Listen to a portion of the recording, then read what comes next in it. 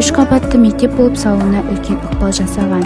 Қазіргі уақытта жалпы білім беретін Абай атындағы орта мектебі, Абай атындағы мамандандырылған мектеп-гимназия коммуналдық мемлекеттік мекеме болып өзгертілді.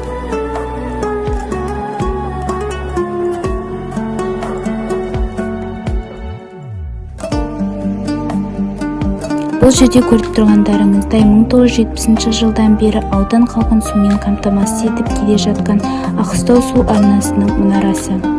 2019 жыл аудан орталығы Исатай Таймановтың биіктігі 12 метр болатын ескерткіші бой көтерді. Ескерткіштің авторы Қазақстан Республикасының Суретшілер одағының мүшесі Серік Матинязов. Қазақ елі саябағы 2019 жылдың шілде айында ашылды. Саябақ лентасын Дарын Зұлқашевтың анасы Күлән Әженқызы мен Исатай ауданының құрметті азаматы Жұмекен Қадимов қиды.